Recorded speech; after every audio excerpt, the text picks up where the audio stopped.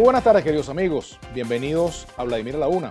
Hoy vamos a tener como invitado a Michael Penfold, quien es analista en políticas públicas, PhD de la Universidad de Columbia, doctor, en ciencias políticas, en fin. Con él vamos a conversar.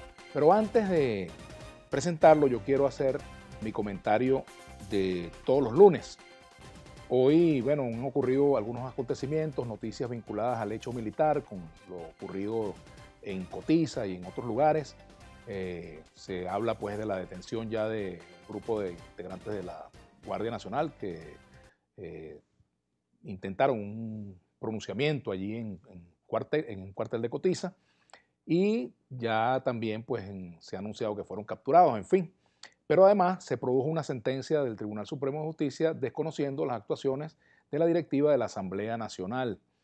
Y esto es la continuación pues, de la política de decisión del TCJ con respecto a un presunto desacato pues, por parte de la Asamblea Nacional.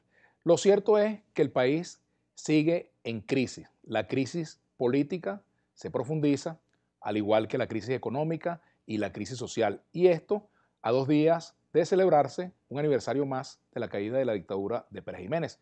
El próximo miércoles habrá movilizaciones de factores opositores y también de factores oficialistas. Se han realizado un conjunto de cabildos abiertos convocados por la directiva de la Asamblea Nacional y que han tenido una importante asistencia que no puede ser desconocida, que no puede ser ignorada. Hay señales de descontento en el país que el gobierno tiene que atender.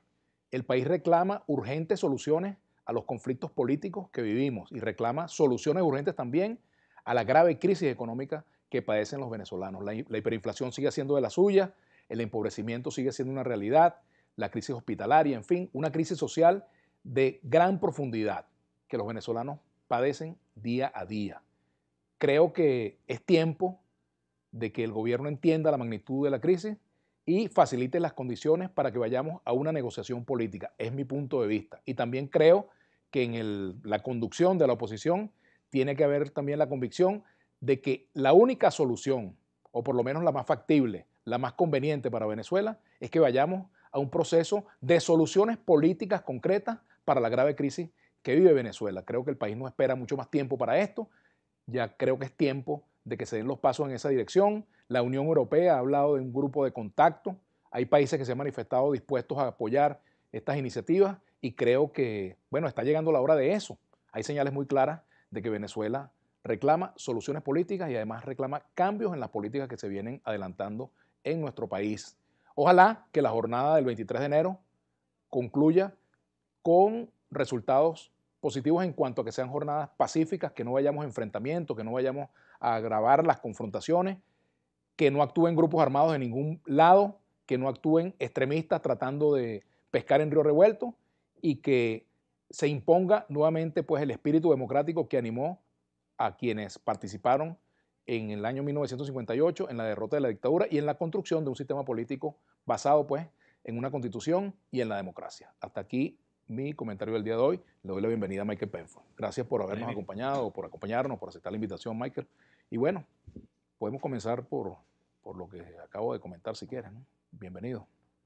Mira, mi impresión es que a partir del 10 de enero lo que está viviendo Venezuela es básicamente una disolución del Estado de Derecho y del orden constitucional. Yo creo que en el fondo la crisis venezolana ya no es solamente una crisis de orden electoral, es una crisis de orden institucional muy profunda, muy profunda. En segundo lugar, creo que Maduro entró al 10 de enero subestimando la fecha, subestimando las implicaciones de lo que estaba ocurriendo, a pesar de que era claro que eso iba a tener una serie de consecuencias, y sobreestimando sus capacidades para poder enfrentar esa situación. Y en tercer lugar, una respuesta social que está sorprendiendo a todo el mundo, un país que pareciera estar dispuesto a movilizarse alrededor del 23 de enero, en parte porque creo que es un país que está desesperado tratando de buscar una vía para poder cambiar la situación en la que está viviendo, donde el sustrato de la crisis es sobre todo un sustrato alrededor del tema económico y social. Ese es el contexto en el que estamos hoy, y es un proceso donde, ya no está operando el mundo jurídico ni de jure, como dicen muchos abogados, sino un mundo donde funciona simplemente la dinámica más cruda del poder y de lo básico que es sencillamente los eventos de hecho que puedan estar ocurriendo. Entonces, es un proceso complejísimo en el que estamos entrando, muy delicado, pero donde está claro que hay una población, unos venezolanos que están demandando un proceso de cambio ordenado que rescate la Constitución, que rescate la democracia y que le permita al país encaminarse para enfrentar la situación económica y social que está viviendo, que es muy dramática. En ese sentido es importante analizar lo que ha sido la estrategia de la oposición a partir de la juramentación de la nueva Junta Directiva de la Asamblea.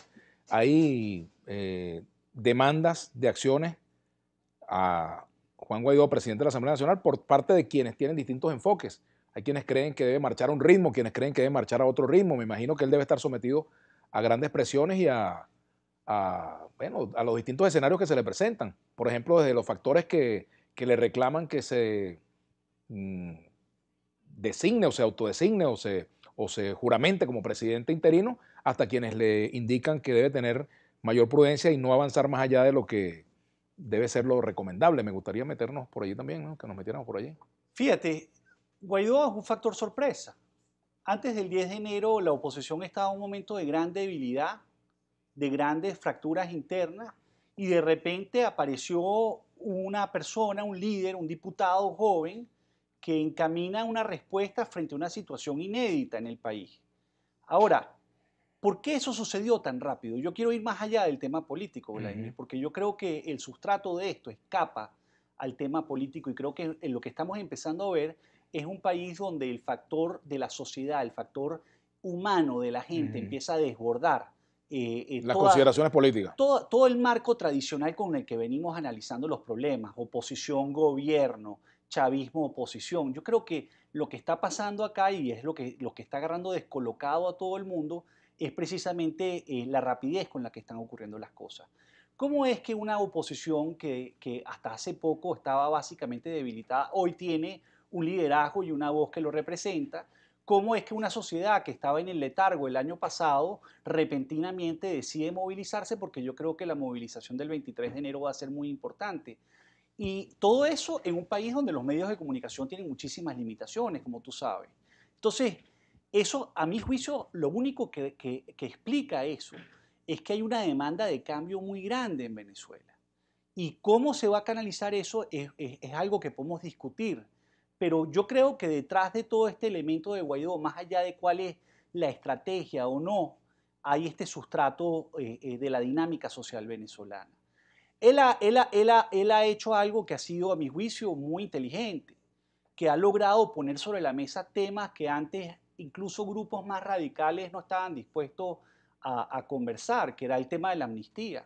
Ha logrado poner de acuerdo a grupos que también hasta hace muy poco no se entendían. No se entendían. Me gustaría profundizar eso. Sí, pero yo creo que ese tema es importante entender la dinámica que hay detrás de todo esto. Tenemos que hacer una pausa. Al regreso me gustaría que profundizáramos en ese tema, ¿no? Y sobre todo también en algo que tú dijiste que era el componente humano de estas convocatorias que se han hecho, estos cabildos. Ya venimos con Michael Penfield.